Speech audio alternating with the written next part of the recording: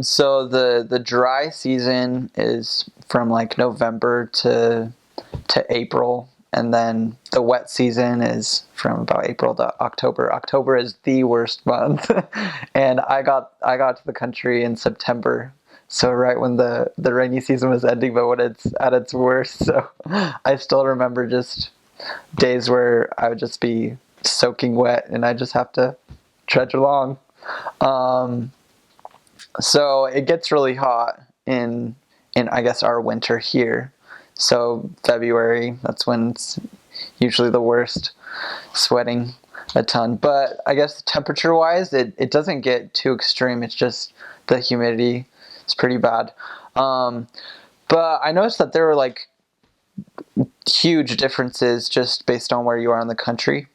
Um, I never served in the northwestern part, but I know that that's probably the hottest part, Liberia. But if you're in the valley, like that's where it rains the most, and it's a lot colder. Um, and in Limon on the east coast, also it rains a lot, but it's also a lot more humid. Um, but temperature-wise, I don't even think it got over 100 many days, and never below like 40 or 50. So usually constant temperature of like 70. I saw lots of sloths in my last area on the East Coast. Definitely in the cities, I didn't see a lot, but even in the cities, like you were pretty close, to, like mountains and national parks. So we'd go there and see lots of butterflies, lots of exotic flowers. Um, there are a lot of bugs, mosquitoes and spiders. I didn't see any poisonous snakes. When I went before my mission, I did, however.